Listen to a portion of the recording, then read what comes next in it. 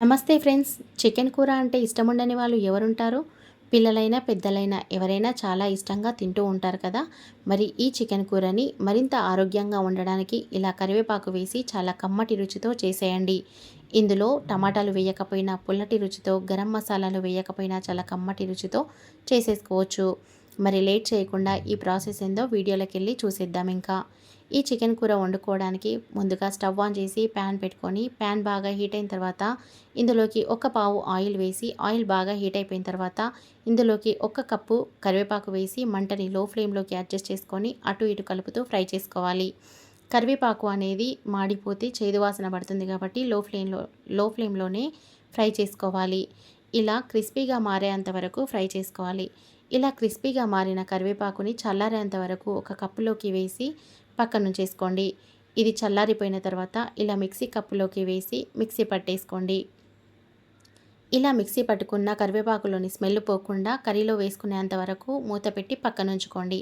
ఇప్పుడు కర్రీ వండడానికి stove on చేసి ప్యాన్ పెట్టుకొని ఇందులోకి ఒక 4 పావుల ఆయిల్ వేసుకోండి. ఇందులో చికెన్ కర్రీలో ఆయిల్ అనేది కొద్దిగా ఎక్కువ ఉండాలి కాబట్టి నేను 4 పావులు వేసుకుంటున్నాను. నచ్చని వాళ్ళు కొద్దిగా తక్కువైనా వేసుకోవచ్చు. ఆయిల్ బాగా హీట్ అయిపోయిన తర్వాత ఇందులోకి ఒక 3 ఉల్లిపాయలని ఇలా సన్నగా కట్ చేసుకొని అటు ఇటు కలుపుతూ ఫ్రై చేసుకోవాలి. ఉల్లిపాయలు కొద్దిగా ట్రాన్స్పరెంట్ కాగానే ఇందులోకి 1 టీ స్పూన్ సాల్ట్ వేసి బాగా ఫ్రై చేసుకోండి. ఈ ఉల్లిపాయలు కొద్దిగా ట్రాన్స్పరెంట్గా మారగానే ఇందులోకి కొద్దిగా కరివేపాకు, కొద్దిగా కొత్తిమీర, పుదీనా వేసి బాగా ఫ్రై చేసుకోండి. కరివేపాకు, కొత్తిమీర, పుదీనాలోని పచ్చితనం పోయేంత వరకు ఫ్రై చేసుకోవాలి. ఇప్పుడు ఇవన్నీ ఫ్రై అయిపోయిన తర్వాత 1 టీ స్పూన్ ఫ్రెష్‌గా దంచిన అల్లం వెల్లుల్లి పేస్ట్ వేసి, అల్లం వెల్లుల్లి పేస్ట్‌లో ఉన్న పచ్చితనం పోయేంత వరకు బాగా ఫ్రై చేసుకోండి. మంటని లో ఫ్లేమ్‌లోకి అడ్జస్ట్ చేసుకొని ఫ్రై చేసుకోవాలి. లేకపోతే అల్లం వెల్లుల్లి పేస్ట్ అనేది మాడిపోతుంది. ఇంకా అల్లం వెల్లుల్లి పేస్ట్ ఫ్రై అయిపోయిన తర్వాత 1 టీ స్పూన్ పసుపు వేసి అటు ఇటు కలుపుతూ బాగా ఫ్రై చేసుకోండి. ఇప్పుడు ఇదంతా ఫ్రై అయిపోయిన తర్వాత ఇందులోకి 1 కప్పు చుక్క కూరని వేసి మంటని లో ఫ్లేమ్‌లోకి అడ్జస్ట్ చేసుకొని చుక్క కూరలో ఉన్న నీరంతా పోయి దగ్గర పడేంత వరకు ఇలా ఫ్రై చేసుకోవాలి. ముందుగా ఇలా ఆయిల్‌లో ఫ్రై చేసుకోవడం వల్ల చుక్క కూరలో ఉన్న పులుపంతా చికెన్‌కి పట్టి చికెన్ అనేది చాలా కమ్మటి రుచితో వస్తుంది.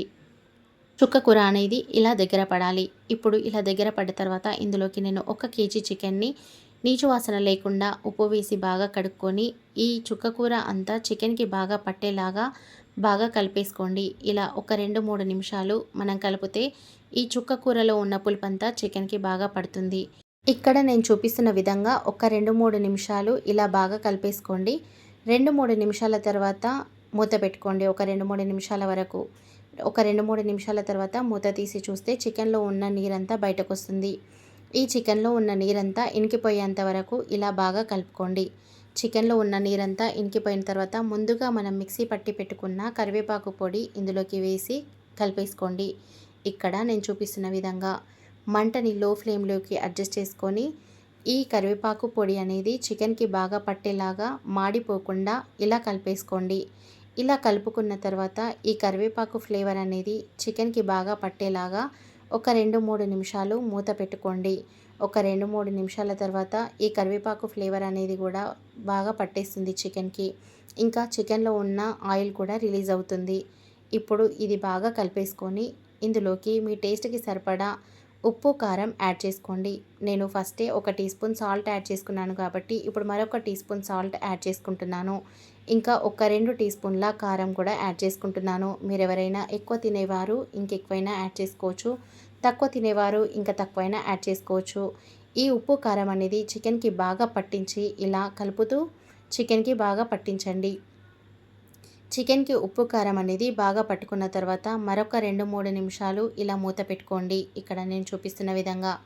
ఒక 2, 3 నిమిషాలలో చికెన్‌కి ఉప్పు, కారం అనేది బాగా పట్టుకుంటుంది. మంటని లో ఫ్లేమ్‌లోకి పెట్టుకొని ఇలా ఉడికించుకోవాలి ఉప్పు, కారం వేసిన తర్వాత.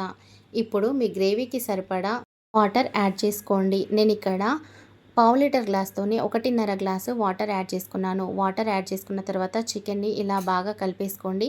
మీ గ్రేవీ కన్సిస్టెన్సీ అనేది మీకు తెలిసిపోతుంది. చికెన్ అనేది మొత్తం ఉడికిపోయిన తర్వాత, చల్లారిపోయిన తర్వాత మరింత దగ్గర పడుతుంది కాబట్టి నేను 1.5 గ్లాస్ వాటర్ యాడ్ చేసుకున్నాను.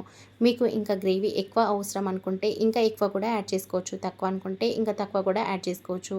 ఇప్పుడు వేయించి పొడి చేసుకున్న ధనియాల పొడి, వేయించి పొడి చేసుకున్న గరం మసాలా పొడి ఇందులోకి వేసి బాగా కలిపేసుకోండి. ఇంకా గరం మసాలా పొడి, ధనియాల పొడి అనేది చికెన్కి బాగా పట్టేలాగా ఇలా కలిపేసుకోండి. ఇలా కలిపేసుకున్న తర్వాత మంటని లో ఫ్లేమ్లోకి అడ్జస్ట్ చేసుకొని ఒక 5 నిమిషాల వరకు ఇలా మూత పెట్టేసుకోండి. 5 నిమిషాలలో చికెన్ అనేది ఇలా కుక్ అవ్వడం స్టార్ట్ అవుతుంది. ఇలా మరొక 2-3 నిమిషాలు మూత పెట్టుకుంటే చికెన్లో ఉన్న ఆయిల్ అంతా రిలీజ్ అయిపోయి చికెన్ రెడీ అయిపోతుంది. ఇంకా ఇంతే సింపుల్, ఎంతో కమ్మగా ఆరోగ్యంగా ఉండే చికెన్ కూర రెడీ అయిపోయింది. ఓకే ఫ్రెండ్స్, వీడియో నచ్చినట్టయితే ఒక లైక్ ఇచ్చేసేయండి ఫ్రెండ్స్.